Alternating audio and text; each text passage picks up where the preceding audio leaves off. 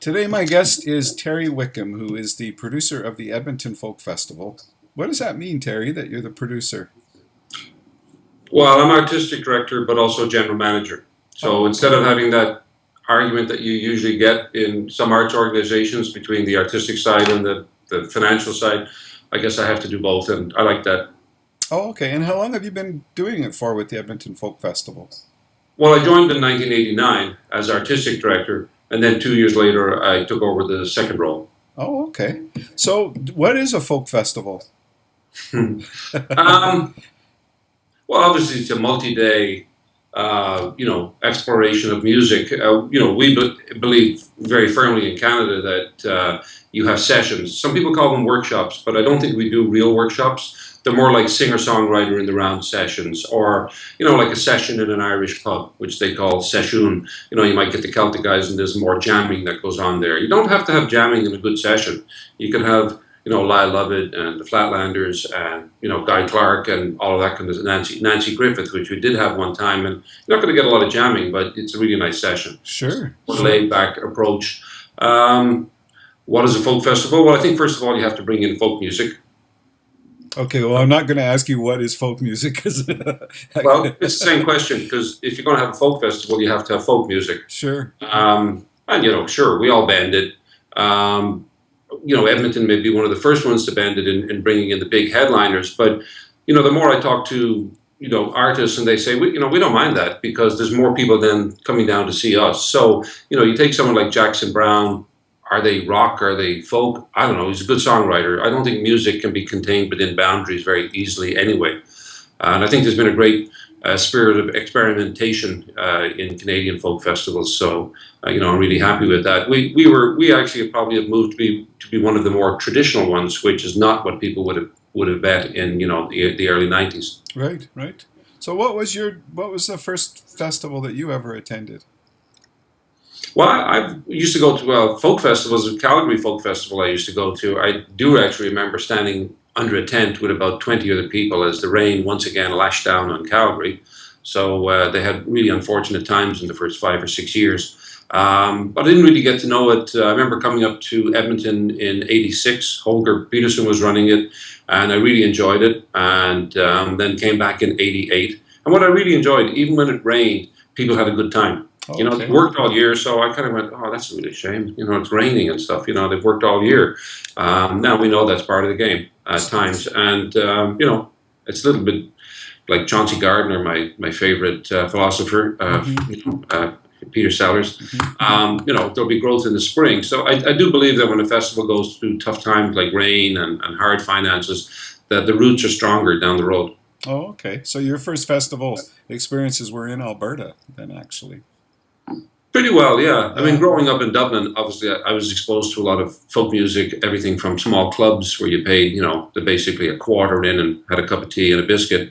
And, one of the chieftains might drop in and play solo fiddle or something, and pipers clubs and stuff, to, big gigs with, people like Leonard Cohen and Pentangle and all sorts of music. Dublin just got a lot of music. Right. But the folk scene there was really the pub scene where people played in sessions and stuff?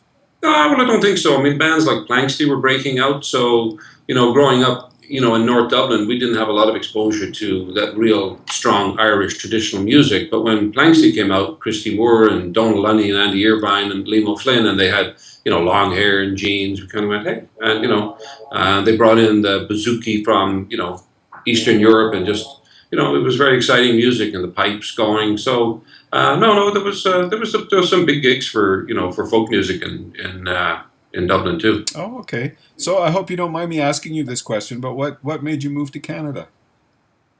I came here when I was a student at Trinity College. I was studying economics there, and I came over for 3 summers and went to London, Ontario for a couple of summers, and then came to Calgary and really enjoyed Alberta. So when I graduated university, I came out a few weeks later. There wasn't a lot going on economically in Ireland. And the more I looked at it, I never really got homesick until we started having our own kids. Now they're 27 and 22, and then I had a year or two of kind of homesickness. It was very strange because that seemed to be what triggered it. And I've reflected a lot on that. And what I really have come to appreciate is that I didn't want to work in Ireland. It was a great place to grow up. It's a great place to visit. but I find the working environment, was certainly harder when I was growing up. It might be better now. There's a lot more high tech, a lot more things happening, but it was a lot of who you know rather than Sure. what you know. There's always an element of that in every country, in every city, every place you go. But I find Canada is much more open, and most of the people that I know that came over and I've gotten to be friends with, some I knew in Ireland, I think the things they're doing, they wouldn't have been able to do in Ireland. Some became stockbrokers, some became, running companies, electrical Right. companies, where they would have been electricians in Ireland all their lives. I think. I could be wrong. Was your definition of folk music when you were in Ireland quite a bit less broad than it is now in terms of? I don't know. We always looked at Van Morrison as having a lot of folk influences, stuff Right. like that. So no, no, I wouldn't say so. Okay. I was a big fan of rock music too, and I don't think there's that much. I think I'm kind of strange enough to think that 100 years down the road, that really good rock music may be considered the folk music of the masses. Sure, I agree. Then, but just the good stuff, right? Yeah. That's what I. The reason I ask that is because I know from playing some festivals over in England, their folk festivals are their definition of folk is basically traditional British or UK folk music, and the other things they don't really consider that to be folk. So I was wondering if it was kind of the same thing in Ireland, or whether it was a little broader than that in Ireland. We're much looser in Ireland. Right. I've noticed that. But it's some and that's what I mean by workshops. That's why when you use the term workshops, people get concerned about it because they're going to run into that real, oh, that's not folk music, and that is, and he used to play that way, 48 years ago. And I think everybody should just relax a bit, and it's all really good music. Now, I do believe there is folk music. It's a bit like an elephant. It's hard to accurately describe it, on paper, but you know what it is when you see it. Could you tell us a bit about your professional history when you what the things you did before the Edmonton Folk Festival in the music business? Sure. Well, I came out. I just graduated from university. I was 21. I got a job with what was then the Bank of Montreal, and worked there for a couple of years as administration manager. Essentially, they were fast tracking you into management because you had a university degree. After 2 years, I knew I didn't want to stay in the bank. They offered me a promotion, and I left that day and said I can't really commit to that. And then I kind of started our own company, which was based on bringing engineers over to help build Alberta essentially. That never really took off, especially with the energy program collapsing. But I was always doing music, and then my brother brought in a show by a band called Clannad or Clannad. From Donegal. Sure. We got involved, it was $600 and put it in a small theater. It was actually, even in the 79, we were only charging $5 in. Should have been 10. But everybody made money, everybody had a good time, and I thought, hey, I wouldn't mind doing this business. So then I started to study it a little bit. And I drove a taxi, at that time because I didn't have any real responsibilities other than to myself. So I was able to get around the city, take weeks off, take a day off, and I was able to combine doing concert promotion on a very small level, with just making a living.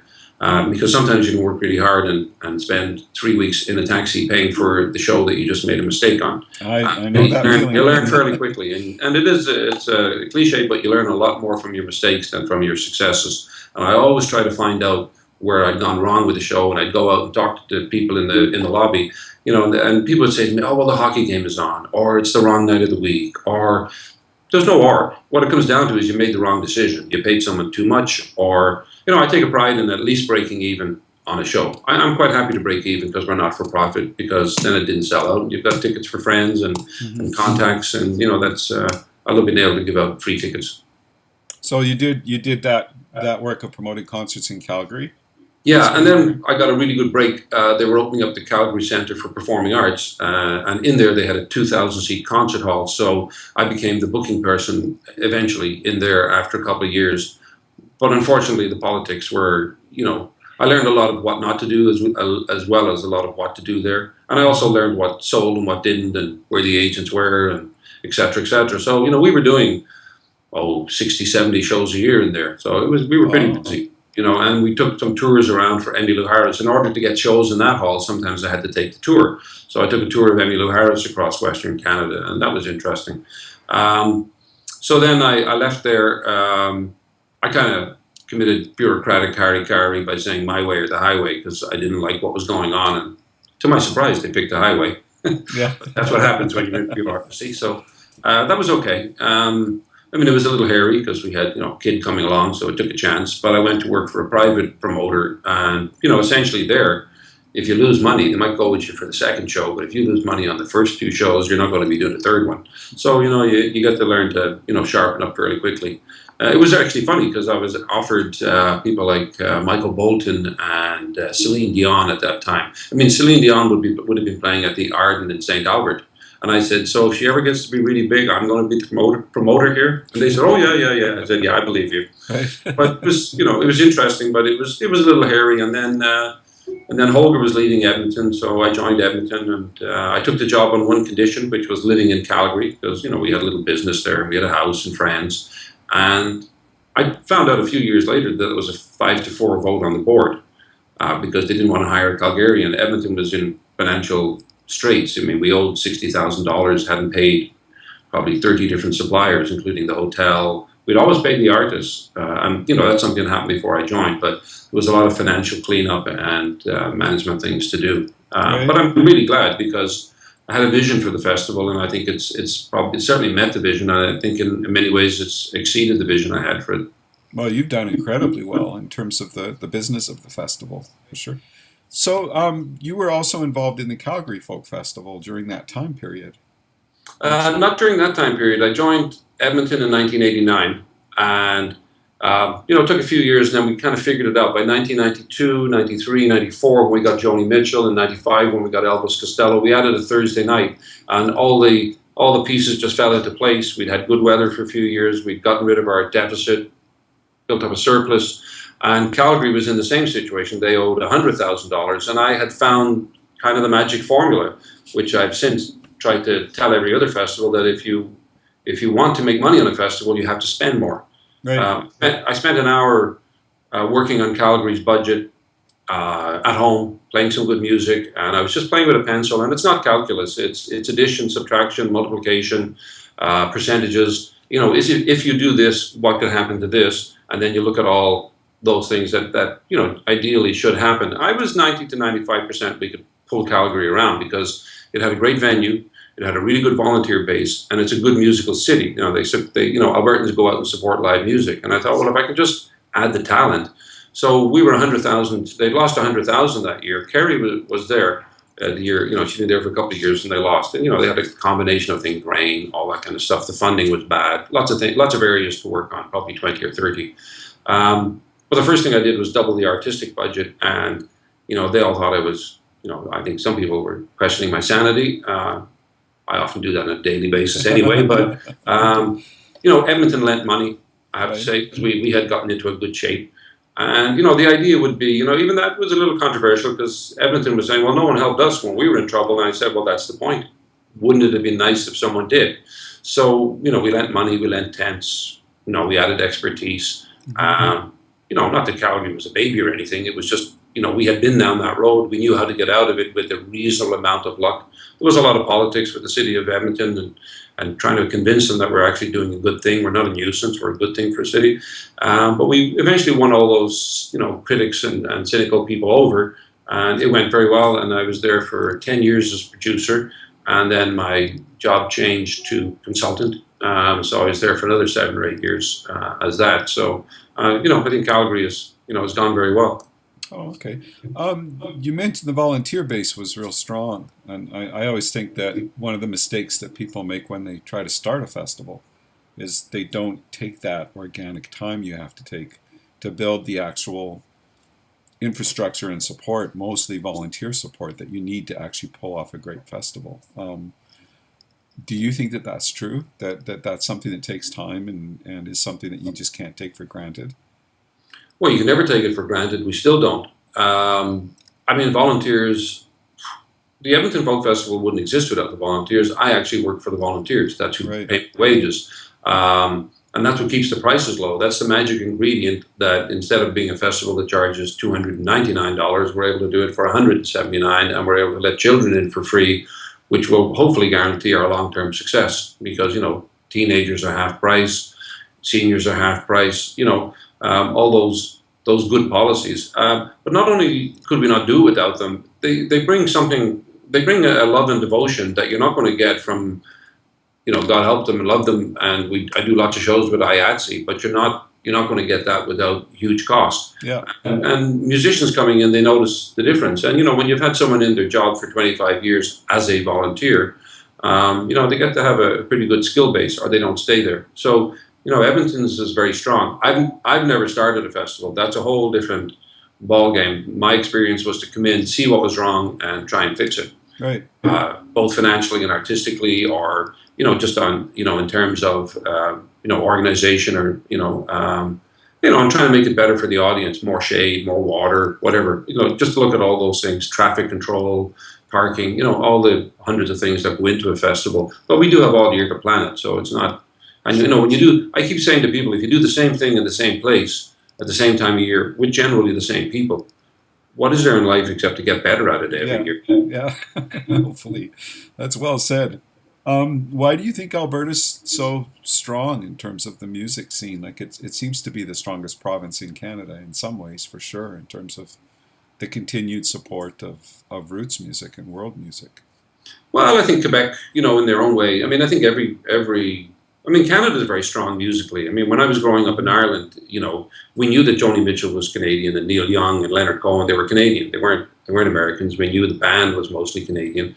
So Canada has a great, whether it's, if it's just support for live music, yeah, Alberta's pretty strong. And I think it's a young population, younger than people think. Obviously, there's been money here, so people go out. And people come from a lot of people, Albertans have come from everywhere else, so they like to gather in groups and they meet lots of people. It was very easy to move into Calgary in the 70s and make friends and rent a house and, Right. build up contacts. It just was easy, much easier than in Vancouver. I tried that from Vancouver for 6 months. It's not as easy. Sure. It's still not as easy. Yeah. And Edmonton was the same. They're very good, strong communities, as you would find in Comox. Yeah. I think the one of the significant differences, though, is that Alberta has CKUA radio, which is our experience here trying to run a festival is that we don't have any sort of radio that supports the music that we support. So we basically have to educate our audience through print media. And I mean, now that we have the internet, we can reach them that way as well. But to me, Alberta's always had a really educated audience that actually listen to that music all the time. It's one of the main keys. And, the newspaper were supportive and became a major sponsor. So there's many people that have played a part in the success of the Edmonton Folk Festival. And CKUA is a huge one. I mean, even when I was driving a taxi, I used to drive around on Saturday night. Sometimes I'd be listening to Cam Hayden doing the blues show or Holger Peterson in the afternoon. And, it's probably where I heard even Paul Simon's, Graceland album the first time. So, Right. and that coming from Alberta yourself. So, and I think the university is key and Folkways is here. There's many good reasons. Yeah. But, Albertans have a very good spirit of volunteerism. And, that's kind of foreign in places, certainly in the music business in Ireland, they might have volunteers that would work for, charitable organizations and a lot of that, but not so much in the music. Canada is just a really good place to do a show like this because it's a first world country with all the technology. It has all the hospitality, and it has all those different musical traditions that have moved in from all over the world. That there's a lot of quality, a lot of writers. I mean, why does Canada produce so many great writers like Margaret Atwood and all that? Maybe it's the winter. We stay in a lot. We've got to do something. Mm-hmm. We're here planning, having meetings. Sure. But no, I do like the attitude here. It's got everything going for it. Right. And you know what? It's a very honest place to do business. I've had one deal go wrong for $1,500 in 27 years of doing this festival. And, we covered that because we were having a good year. And it was an Irish guy, as it turns out. So, but really, I think it's the prairies. And people moved here in the 30s when, you had to depend on your neighbor. I know that sounds a bit naive, and you can always get taken on any kind of bad deal. I'm not saying everybody in Alberta is a saint, but generally there's a very good, clean, professional, non-corrupt, way to do business. Sure. And you can depend on people. You're as strong as your word here, really. Mm-hmm. Mm-hmm. Terry, do you play any instruments yourself? Do. Not at all. Have you ever done that? Or? They got me a guitar after a serious operation here. The board chipped in, and I got one lesson. And I thought, well, am I going to listen to Martin Simpson, or am I going to try and painfully learn this? So no, I used to jokingly say I can play the stereo, Right, right. but that's about it. No. Oh, okay. So, what do you think make festivals matter now, right now, in the current climate? And I mean, this could be a never-ending conversation too. But just what are your general thoughts about that? Like, why do they matter at this point in time? Well, I think people, have they're drawn to idealism, and I think not-for-profit festivals are ideal in what they want to do. They're not there to make money. I mean, I remember actually kind of looking at T-shirts for sale for kids, in our merch tent, and it was $10 for kids T-shirts, and I thought, bravo! I had nothing to do with that decision, and that's really smart. But it's Hmm. just people want to come together as communities. We build a society for 4 days the way we would hope that society would be all the time. We've got great access for people with disabilities, whether it's mobility or hearing or sight. So we take care of the most vulnerable. Children are free, so there's lots of kids coming around. That guarantees you're not going to have an aggressive atmosphere. We're there to make a living, not a killing. Sure. People tell me it's their favorite 4 days of the year. I have a saying that obviously I can't use marketing-wise: the Edmonton Folk Festival, better than Christmas. You understand why I Yeah. believe that, Alberta? But it's actually true, because if you think about it, do you want to sit on a hill and listen to great music with family and friends and wander around, have a beer, buy a craft, have some good food? Or do you want to, come through a crowded airport at, -20 and spend 4 days inside with relatives when you can't get away? If things aren't so great on the tarp, you can just walk away, or you can Right. have an hour of family and then head off. I think they're really good celebrations. And it's community. I think that the more we're in a virtual world, like here we are, as I say, my first Skype call, we're in a virtual world. The more people have that, the more they want the connection to dobros, fiddles, real strings. And I think there's a real connection. The younger people are getting that. They're hearing that. They get so much just canned music coming through on pop that they hear real music, and they go, oh, what's that? Sure. So there's lots of bands coming up. But if in the olden days, say on the prairies, people would have barn raisings, or in Ireland, I think they called it a mehel, where everybody would get together, take the crop off, and it would be an efficient way. So everybody, instead of everybody would go together, do one farm, then do the next one, and then at the end they'd have a big celebration. I'm sure music was part of that, and dance and beer and everything else that goes with that. Hmm. Do you think that volunteers care whether or not they're volunteering for a nonprofit event? Do you think they understand the difference between a nonprofit organization and a for-profit organization? I think mostly it depends on how they're treated. If they're treated with respect, and there's lots of benefits, and they don't have to be monetary benefits, but they've got good people, good equipment to use, good parties to go to.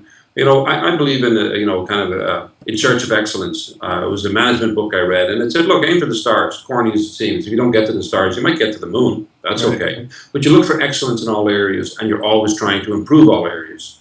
And you have to understand that most people don't like.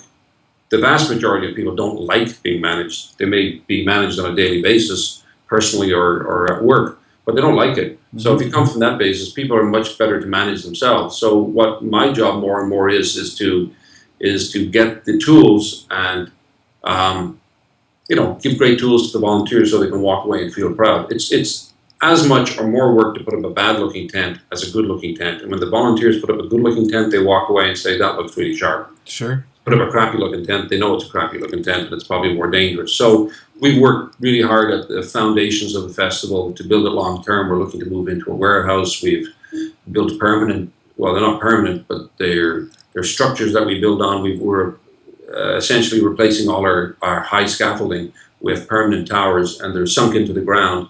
And then we store them, and then the stuff stays underground, and we come in and it clicks in like a Meccano set. But it's 5 to 10 times stronger than traditional scaffolding. So if we ever get a prairie wind that comes through, as it did in Camrose, our new all those kind of safety features should be able to withstand that. And that's why Nice. we got a new kitchen trailer, because we were we were getting a kitchen trailer, but all the oil fields were taking the good ones, and we were getting whatever was left over. Yeah. And enough, they gave us a great price, so they were helping us out. But now We don't have to send electricians in to fix it. Our guys come in and they go, not only did they not have to fix it, we actually designed it, and I let the kitchen crew design it. It's a $170,000 decision that I had nothing to do with other than getting $50,000 towards funding towards it and raising the money to do it. But, if you give crews that kind of power and that kind of, they have the knowledge, and just say to them, hey, work on consensus. We work on consensus and we work on trying to make it better, every year. We've made some big steps over the years, and I could go through them. Adding the Thursday night was crucial. Increasing the artistic budget, absolutely crucial. And every time we raised the artistic budget, we raised the ticket price. So it was like, if you ever see those systems that go up, like crawling up, and then the sound system is up, it was like that. We just had to be patient, $5, $10, but increasing the artistic budget every time. Sure. So and then eventually you get there, Yeah. What do you see as the big difference between a non-profit festival and a for-profit festival, in terms of what's the point of having a non-profit organization? Well, usually, you find that, for profits, first of all, it's much more expensive for people to go in. And then you have to bring in, you can't bring in your own water, you can't bring in your own food because they've sold all that off and all the sponsors are making all that. And it's corporatized, to a large extent. We take some corporate sponsorship, but we're not open. No one's going to change the name of the Edmonton Folk Festival. It's just not open for discussion. It doesn't matter how much money you offer us, because like telling big sponsors, you'll get a negative bounce. If you want to call it, pick a name, McDonald's, to be facetious, but the McDonald's presents the Edmonton Folk Festival. Actually, people would resent McDonald's for that. That's they're going to come at us, but people have, and I just say no. You'll get a negative bounce, and anyway, we're very proud that it's the Edmonton Folk Festival. But I think there's a feel. I'm sure some of the for-profit festivals are great. They know what they're doing. Ours is real attention to detail. Right. I'll take personal calls. I answer things. Sure. I've got all year to do it. People say, "Oh, you're answering your own phone." I go, "Well, I'm the only one here. Everybody else is off because everybody keeps their own schedules. We don't have weekly staff meetings. The year we had Van Morrison, I think we broke a record. We had 3 staff meetings. We had 2, and now one is to welcome." The people coming in, the summer students, and then the other one is to, okay, we're getting close, here's what we need to do. Sure. But everybody knows their job. Like, until we lost our site manager to cancer 2 years ago, Don Snyder, we hadn't, in our core 5 people, we hadn't had a change in 20 years. And if I would like to go down for anything, what I'm happiest about is that I've never laid anybody off and I've never fired anybody. Right. And the reason that has happened is, I always tell people, because I don't hire very often, so it's not like a multinational. I tell them, why I haven't fired anybody? And they go, no. I said, because I'm really careful who I hire. Right. Not rocket science. Yeah. But, people can laugh here, they can make mistakes. I just say, don't steal any money and don't hurt anybody physically, and you'll be fine. If you make a mistake, let me know, because that's when we can all get together and fix it. Yeah. So it's a very joyful experience. I feel like I work with friends, and it helps that we've had 27 years, and I've had 27 years here, and 21 of the 21 festivals in a row sold out, and we're not allowed to make a profit, but we can make a surplus. Right. So we've had 26 surpluses and 1 break even, which was 1993. So when you're on a real great run like that, everybody settles down because money isn't a problem. Sure. And then, and then people get paid well here, and they're treated well, and they're treated with respect, as are volunteers. Right. So, Terry, yeah, what do you see as the significant changes in the festival world since you've started booking it over the last few years? There's way more of them. Right. They're paying really big money for the headliners, so it's getting harder and harder to get headliners. And of course, the dollar fluctuates; it goes up, it goes down. But really, there's more of them, and there's more competition, and they're getting their headliners early. I had the festival booked by February 14th last year. That's unheard of. I'm often waiting in April or May. Well, you want to take the offer, But now the big ones are coming in. We're on the same train. We're in the luggage compartment at the back, but we're still on the same train. So if someone's playing Outside Lands or Squamish, and get big money, they might come to us and say, "Can you do us on Thursday?" Or I have to do a bit of digging around and searching too. But that's one of the changes. I think among Canadian folk festivals, we're more and more professional. I mean, this weekend we're hosting for the first time, the WIFIC, where it's all the organizers, the people who do the camping, sell the tickets, and the board members who do the governance, and that's all a very good thing. I personally think maybe every second year it might be, more useful, but, it's every year and people come and young festivals can come and talk to people who've been doing it for 20 years. Sure. And have to, if their ears are open, they have to learn things because we've all learned sometimes the hard way. Yeah. Another trick I've tried to look at, I hesitate to call myself a student of anything, but if I study anything, I like to see where other people made mistakes, because if you can learn from other people's mistakes rather than your own, just a lot easier. Yeah. Look at, when Mariposa left the island, that wasn't good for them. They struggled for a lot of years until they got that permanent home. If you want to run a good music festival, there's two things you have to have. There's 30 things you'd like to have, but there's two things you have to have. You have to have the product, whatever that is, music, theater, but in our case music, in our case folk music, and you have to have really top class. That's what I figure. I'm not saying I don't make mistakes or miss people, but I'm always looking for the best. I make no apologies for that.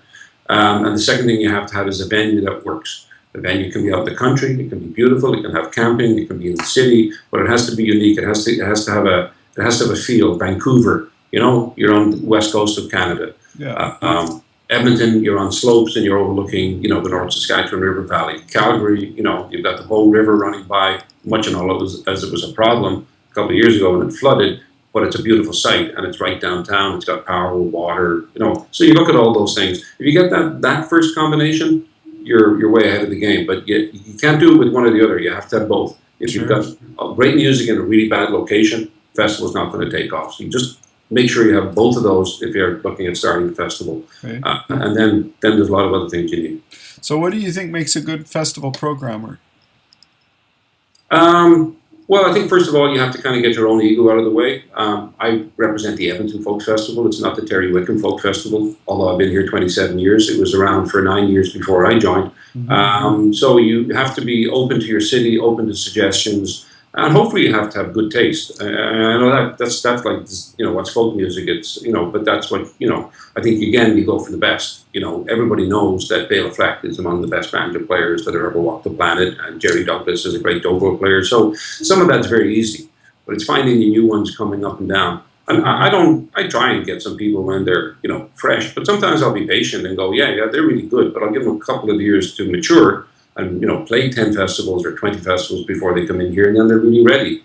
They might be ready anyway, and you can get the raw talent, but I don't rush in and I always have to be the first there. That's not, my goal is to put on the best festival I can every year here with the talent available. Sure. And people will have the best time. So, you have to take some chances. I was probably more conservative than I have been in the last few years. There was certain headliners I just wanted to get, and now we're being a bit more, we're going a little younger in the last couple of years. That may or may not last, but it's not a bad strategy. Right. People, we bring in 65 artists, it's very easy to keep younger people happy. They must be baby boomer to death. Mm-hmm. If you give them 10 or 12 bands that they like, and that's not, they're more than happy. And, one of the tricks is to try and find, artists that will appeal to both young and old, because they're just really good. But I think there's two things you need in a festival. You need balance, and that balance can be a balance of acoustic and maybe, more high energy music. It could be a balance of men and women. It could be a balance between Canadians and from the rest of the world. It could be a balance of who was there before and who's new, and it could be a balance across musical genres. But the second thing I think you have to have is excitement. If you can get balance and excitement, you're a long way there. And what I mean by excitement is that the audience is excited about seeing who's coming in. Right. So what do you think makes a good festival performer? That's different from... You know more about that than I would. I find generally that people that can perform well on record, they perform well, live. I've had a few notable exceptions that I won't name, but generally that's the case. So what makes a good festival? Well, someone who's willing to join in, obviously, and is enthusiastic about it, and is not just, we will bring in people that are making the money and they do their show and away they go. But I think we leave them with a different imprint. Even the Van Morrisons of the world and the Chris Isaacs, we got emails back saying, we didn't think that was going to work because it's rock and roll machine meeting the folk machine, and the rock machine is a lot bigger than the folk one. But actually, when they get into our system, it works really well because we can't change our system for everybody that comes in. They have to adapt to our system. Sure. I think folk music is one of the well springs. I think when people look back, they'll say, where do people dip into the old songs? Where do they find them? Well, they find them in folk music. And I think it's influenced. It's never been given the respect of jazz music. That drives me crazy. Why is folk not more respected? And I know it's the finger in the ear, the Aaron sweater, come all geese, sing songs that gives us that. But it also has room for the Martin Simpsons and Jerry Douglases and Amos Garrett's and everybody else and Bonnie Raitt's. Even if it's not pure folk music, people are looking. Bonnie Raitt didn't come out of nowhere. There's roots there. She studied it, she played it, she met the people, she saw them, and she saw the old blues guys. So as long as it's got those roots. So yeah. How does a performer get your attention? Well, they won't do it by doing a cover song first. Right. I listen to an awful lot, more than is probably good for my health, because there's great ones and there's terrible ones. But electronic means of reaching people, as we are now, has a two-way street. I can reach everybody if I want to go around the world or I'm on holidays, but everybody can reach me. Mm-hmm. And I do try and answer pretty well all the emails. I won't answer a junk email, so don't do a junk email. If you're not going to do your due diligence ahead of time, and you can't put down, hey, hi Terry, I see the Edmonton Folk Festival ahead, we're kind of along those lines.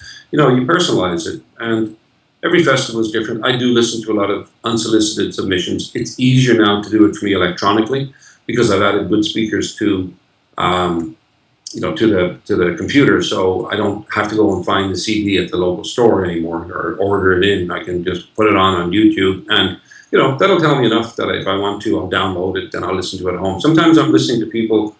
It took me 2 years to book Ben Howard. My wife was Laurie, who we worked, and she doesn't get the credit, but she does a lot of the booking. Not, I have to make the decisions, but she does a lot of the research rather than the booking. And she found, she was playing with Ben Howard for a year and a half before I said, who is that again? Ben Howard. And I'm like, he was great. I'm a bit slow on the uptake. Sometimes it takes me a long time. Do you mean Ben Harper? First time, sorry. Do you mean Ben Harper? No, Ben Howard. I don't even know who Ben Howard is. The English guitarist. You should Google him. I will. He's very big now. No, we've had Ben Harper a couple of times. He was great. And he loved it. What I like is when they come in and they, like a person like Solomon Burke or Ben Harper, they come in and they go, oh, it's grass. And look at all the little kids. They don't say this, but they see all the little kids walking around and they see how cool and relaxed it is. And Nora Jones had won, 9 Grammys when she came here. All she did was put on a hat, pair of sunglasses. She's small. She walked around. She saw Solomon Burke in the sessions. She walked around all day and then went out. And she was pretty well the hottest musical property on the planet, and no one bothered her. Yeah, we had that experience with Emmylou Harris and with David Crosby. And it's wonderful. Don McLean. When that happens and they show up and they go, oh, this is really special. And then well, it is. It is. It's Canada. And it's a country, and it's very friendly. I mean, I've talked to a lot of musicians, when I was going through my 1 or 2 years of homesickness phase, and said, well, sometime brought on by -30 in January in Edmonton too. Mm-hmm. And I'd say to them, you travel around the world, where would you want to live? And these are people that live in London and all over the place. He said, funnily enough, I get asked that question a lot. People in Hong Kong or Australia ask me that. You know what I answered? They say to me, Western Canada. Right. Dick Gaughan was the latest one to say that to me. Right. Ron Cavan has said that to me. So people really like Western Canada. It's got enough space, enough freedom, enough to move around. You don't feel like you're going from town to town like in England or Southern Ontario. Not to knock it, they've got their great things, but there's a feeling of space out here. It's that prairie thing, and Well, Terry, one of the things I've always appreciated about you is that every time you talk to me, and we probably talk 4 or 5 times a year at least, is you always ask me what I'm listening to. And I get the sense you do that to just about everyone you talk to. And I try to do that as well, but I think it's not something that everyone does, Well, here's a little secret. Why not ask the musicians who they're listening to? Yeah. They know a lot better than the programmers. So I often ask, Bears Den will come in and go, well, who do you like? Oh, the Staves, or, that's very easy to do that. You can Google someone now. Oh, if you like them, you'll probably like them, right? So that goes on. I see someone's in your office there walking in the back. Marcy, maybe. It's probably Marcy sneaking around in the hallway back there. I think actually, you're at home, aren't you? I'm at home right now, Yeah, we have an office at our festival as well, but I spend a lot of time at home. I think you have to be open. Actually, I'll give you the best advice I ever got about anything. I'd just gotten the Edmonton job, and concert promoters, it's easy enough to do. You do the show, you make money, no one knows. But the Edmonton Folk Festival is much more, or any festival is much more of a community thing. You're there, you're talking to everybody. There's different things. And I turned to Laurie and said, what do I have to do a really good job at the Edmonton Folk Festival? And she said, you need to listen. Right. Now, I'm Irish, right? So talking is no problem. So I said, yeah, yap away. And I looked over again, and she just looked at me and said, no, you need to really listen. And I think that's the best advice I could give. Mm-hmm. It's easy to talk, but you don't learn much when you're talking. You learn a lot more when you're listening. Now, I don't practice it as much on a daily basis, as you can tell, but I do practice it in general. When people are, especially people I trust, are saying to me, oh, this person's great, that person's great, well, then I'm going to listen, and then Sure. you try and find that balance. Yeah. It's like I'm 107 emails behind right now, and they're all listening emails. And here's another thing don't send 10 emails, don't send me 10 bands if you're an agent. And the first Absolutely. the first two I listen to have nothing to do with folk music. Yeah, that drives me nuts. Pare it down. Well, it doesn't drive me nuts. Well, it does drive me nuts, but what I'll do is I'll listen to the first band, then I'll listen to the second one, and you know what? I'm not going to listen to the next 8 because I don't have time. Yeah. So pare it down, make sure it's rootsy, if not folksy, or, has kind of, that kind of thing. So, yeah. So it's a lovely, actually, the only part of the job I don't like is saying no. Right. And I have to say no 100 times for every time I say yes, and you know that. Yeah. Sometimes it's really good people, and you go, well, I'm sorry, whoever, but you were here 2 years ago, and Edmonton has more than 1,000 past artists now. Of those, I'm sure at least 600 are alive, performing, and good enough to bring in because they were good enough the first time. And I get to pick 30 artists a year. So people that you used to be able to bring in, or repeat artists a year, or bring another 30 or 35 new ones, keep it fresh. And another piece of great advice I got was from Gary Crystal. I said, Gary, how do I do a festival? How do I do a Canadian folk festival? And he said, make sure half the artists are new every year, and make sure half of them are Canadian. Right. It was for the first probably 20, 23 years, it was 50-50. Yeah. I probably have switched to more like 60-40 international Canadian. Right. Gary Crystal was the founder of the Vancouver Folk Festival, just for people that don't know that. There's a little bit of debate about that. Mitch Podolak might disagree with you, but well, they both started it. Gary was the guy on the ground, I guess. Mitch was the guy that was brought in, and he was there the first year, and Gary was the person he brought in to help him. And then Gary was there from day one. And as I say, for doing the festival, other than the listening, that was the second most important piece of advice I got. And Gary, ran a great festival. So I think from a musician's perspective, especially folks that are just a little bit older than me, it used to be true that you could play a festival every 3 years. It seemed like it was almost like that was your expectation, so you wouldn't bug the person for 3 years after. But it's almost like everybody gets to play once now. It seems like, unless they're they're really special, and that's about all you can do. It's so many performers. Well, it's purely mathematical because every year we're bringing in 35 new artists. Mm-hmm. I can't bring, how can I bring them all back? So, yeah, we used to be able to, bring in Canadians, especially every 3, maybe 4 years. Now that stretches to 5 or 6, even when they're really special. Right. That's the hardest part of the job. That's the only part. Actually, it's the only kind of part of the job I don't like. I don't even mind lobbying governments if I have to. I'll do anything for the festival. I'm driving someone to the airport on Monday morning in a 15-passenger van. The only jobs I was ever headhunted for, both of them wanted to put me in a position where I would be working more on endowment funds, and that, I hate that. They said, well, we'll remove you from the day-to-day, but you don't understand. I like the day-to-day. That's the fun part. I like meeting the guy who, whoever, people, I had meetings, people come in, off the street or whatever. I like dealing with patrons and volunteers and artists and funders and sponsors and all the different people that pull this whole thing together, So, people like yourself, Holger, CKUA people, media people. Yeah. It's a community effort, and I think that's where the listening comes in. Listen to your community. Right. What do you do for Edmonton musicians? Do you think of them in a special way? Do you try to support them in a special way? Well, I look at it as a stone is dropped into a pool. And if you're going to have a festival, you have to have a local component. Mm-hmm. And local to me is Alberta. and then it spreads out to Canada, and then that pool goes to North America, and then that pool stretches out to maybe Australia, Eastern Europe a bit, Africa certainly. We're not strong in all areas around the world. What we do specifically for young musicians, well, we'll promote any concerts that are coming up that they want. We book some of them. We're heavily involved in what used to be the U22 and is now School of Song. So last year we brought in 6 artists from School of Song. We support the organization by about $8,500 a year. Last year, over $10,000 a year. We just give it to them, never mind paying the musicians as well, but we just do that. But we do that for CKUA. We actually, at this point, spend $60,000, $70,000 on public relations, just giving money away to good causes.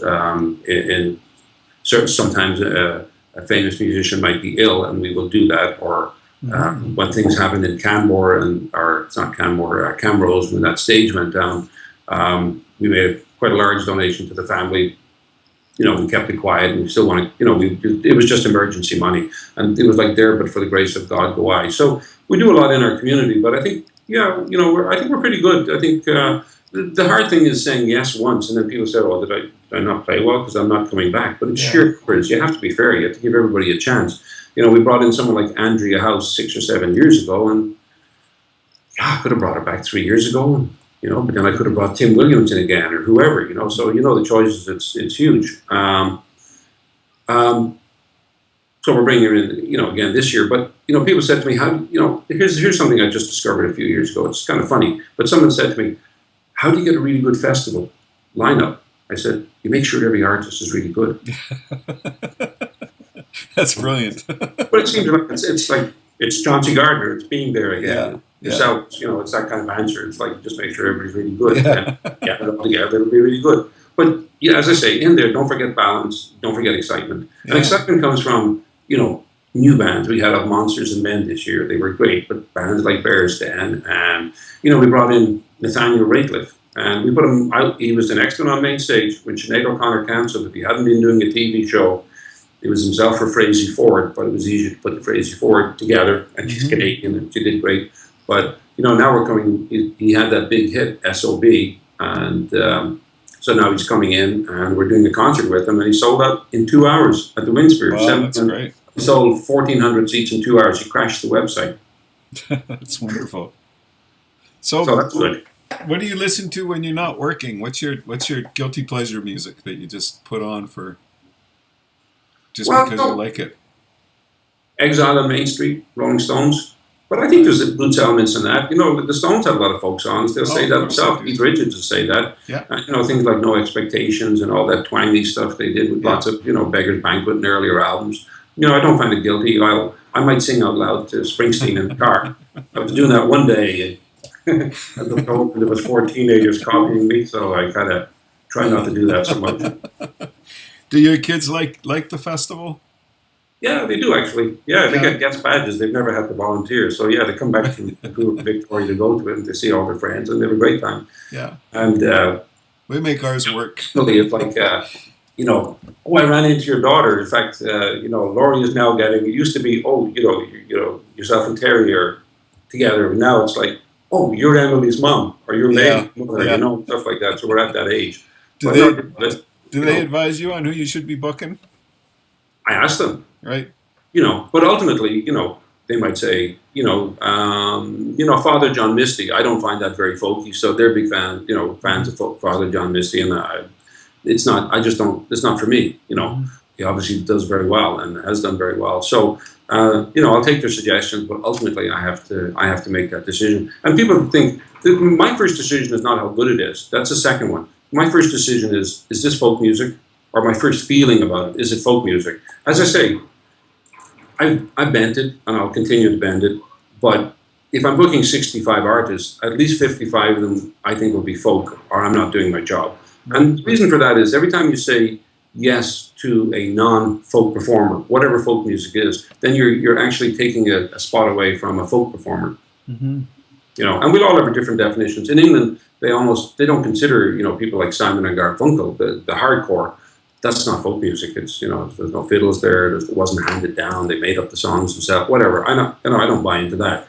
But I do want to run a folk festival, and then there's no doubt See, Mitch Podolak, for instance, did a survey in Winnipeg, and he thought, well, how many of the Winnipeg audience, this is a long time ago, go to concerts, go to folk concerts, during the year? And he figured, well, maybe it's 50-50. You know what he found? 1 to 2% going to folk concerts and folk clubs during the year. And what he then called them was eventers, people who go to the event, they're drawn to the event. And of course they are. You're bringing in classic rock fans and everything like that and all sorts of stuff. Although you're not a folk festival. We're a folk festival. We just I know you're a folk festival. He's just scared of the word. He's just scared of the word. Yeah. And it worked. Okay. So marketing-wise, what's a 4-letter word that starts with F and ends with K? Yeah, I know.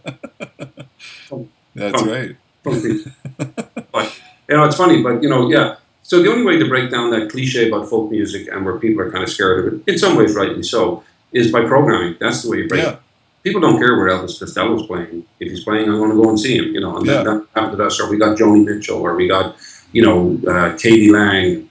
Like a lot of our headliners. Chris Isaak, David Gray. They're not classical folk artists, but they're great. And they did a great show. And and then they spread out among the other 6 or 7 stages. The other reason I wanted to not use the folk word is because I wanted to include some jazz musicians. Although jazz music is folk music, as far as I'm concerned, and I wanted to bring in people like Adrian Belew and Laurie Anderson and people that I consider their music still has very deep roots, although it's not what we would normally think of as folk. And the reason for that is because of the daytime collaborations, which I think is what, from a programming perspective, what our festivals are all about. You have problems getting the jazz guys into the sessions? Not at all. No, of course not. Of course not. I mean, that's what they do, supposedly, right? But at the jazz festivals, they never get the opportunity to collaborate that much with other musicians, which is weird. It doesn't make sense. So it's, I think it's always an interesting problem. And I think that one of the dilemmas with booking younger, louder bands is that it's really hard to know what to do with them during the day where they don't just blow the other stages away because of their volume, right? And I've had some of that, and I've had to make some stages acoustic and some, that are out in the edges. I'll put the louder stuff out in the edges, you learn by doing. And sometimes I'll write down, like literally when I'm looking at it, I'll make notes to myself. And one of the notes I've made to myself over the years is less bass and drums. Right. But in their concert, sure, use the bass and drums, but when you're coming into the session, we're going to take you down to a 3-piece or a 2-piece instead of a 5-piece. First of all, it's easier technically to set it up, and secondly, you can hear the lyrics much better. But main stage, bass and drums and all that, and big show, that's fine. Downtown Brown, we do that very well. We're going through in a couple of years, we'll do a big electrical upgrade because we're hitting the maximum, and I don't want the lights I want the lights to be better, and I don't want the sound to go down, Right, so sure. We have to do a lot of that kind of infrastructure thing. But folk music is really good too. You look at rock music, you come and go. You can have a long career in folk music. Look at Ian Tyson, look at Irish Cement or whatever, or Emmylou Harris. You can have a long career. Rock music, you come and gone. Other than Beatles, Stones, The Who, and the big ones. They last forever. Well, rock music is gone, isn't it? And sorry, I said rock music is gone.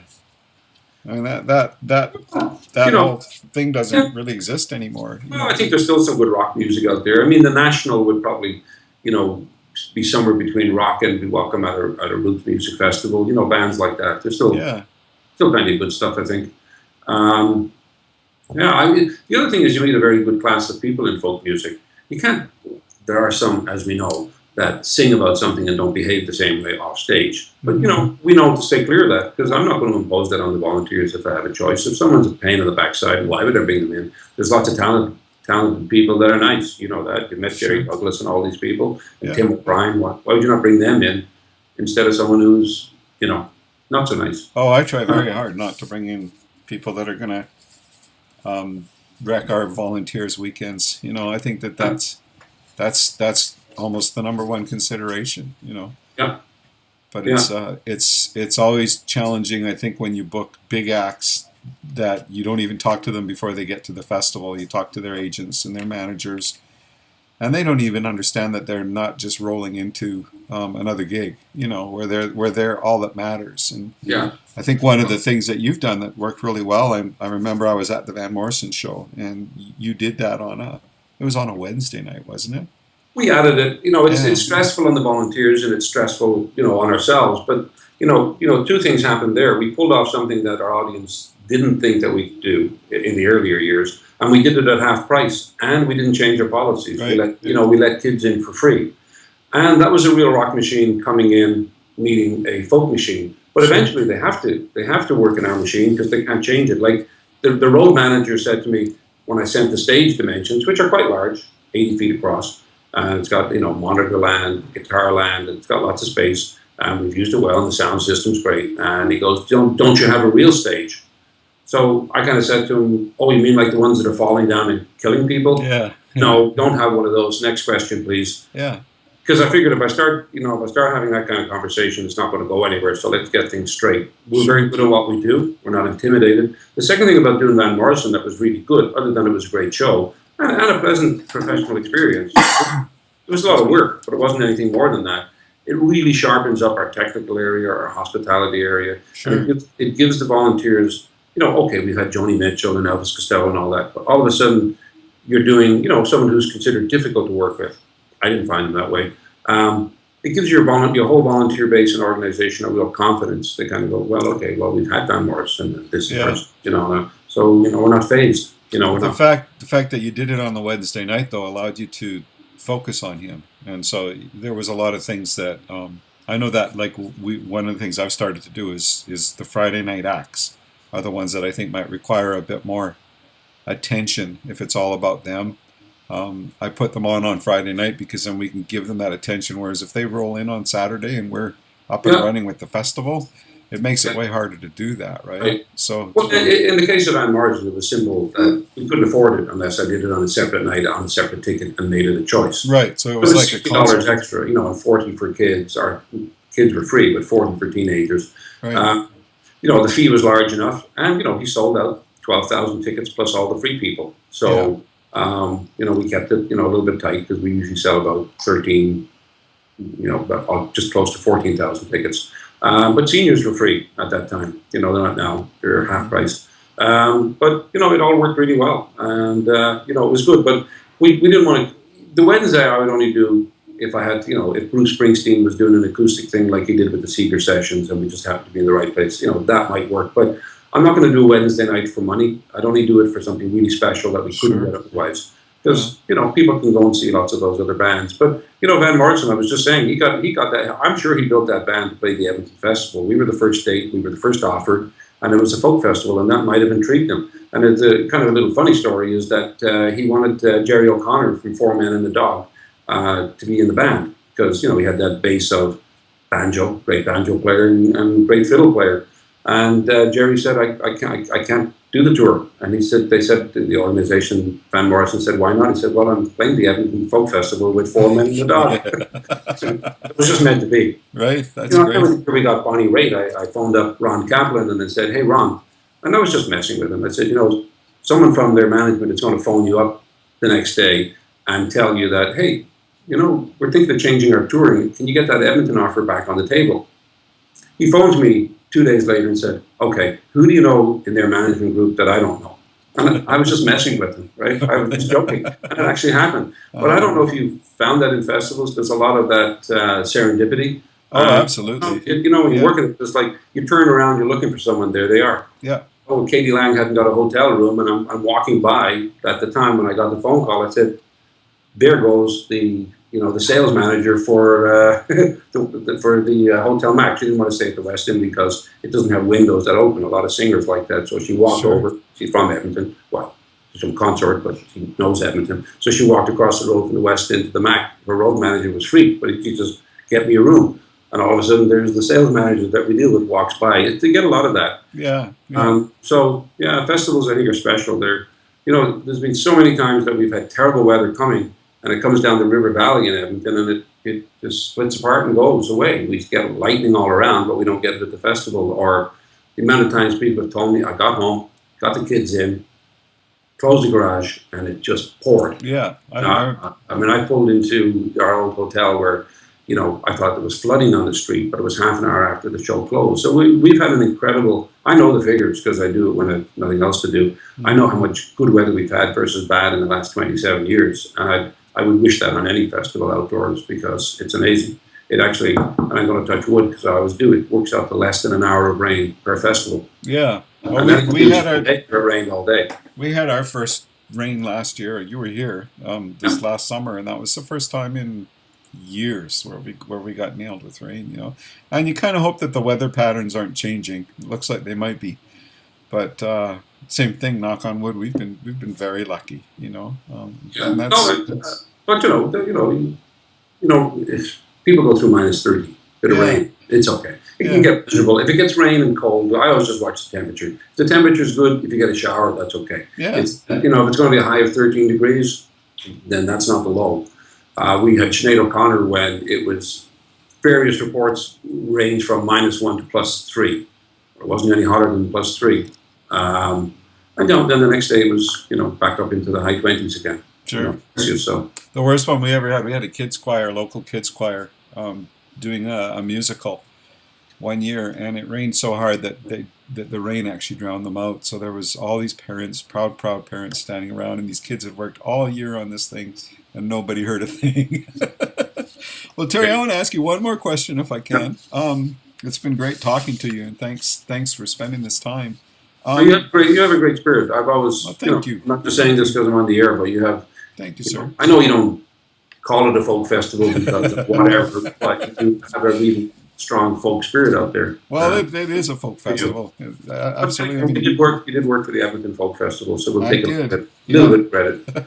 But Well, one more question. take a lot of credit. I just want to know what do you want your legacy to be after you leave the Edmonton Folk Festival? What do you hope to have achieved and to leave behind?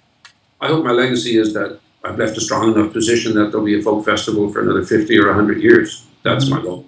And I want to keep my record of not having fired or laid anybody off and those kind of things, Or, we have lots of little records. We've never lost an instrument, that kind of thing. Little things, no one has been badly hurt at the festival. Right. You get the odd broken ankle while it happens. There's, a lifetime is spent each day, a collective lifetime. I'm into figures. So if you take the number of days you live on the planet and take the number of people at the Edmonton Folk Festival per day, they're roughly equal. So if the worst thing that happens to you is a broken ankle in your life, that's pretty good. So, we're really safety conscious and all. Those kind of records I like to keep. Some of them were set by Don Snyder. They'll never be beaten. They can only be equaled. So we've an awful lot to be thankful for, really, especially, our audience base that provides us a living. It's meant my kids can go to university. Just to leave a good, strong festival. We, in Edmonton, as we have received help over the years and ideas from Winnipeg and Vancouver as they were growing, we've passed it on to Calgary and Salmon Arm and some other festivals. We try and help. I think that's another good legacy that Canadian Folk Festival, that they work together. Sure, yeah. Well, thank you, Terry. It's good to talk to you. Thank you. And, it's been a delight. We'll see you soon, I hope. My Skype call. Okay. Thank you, sir. All right, take care.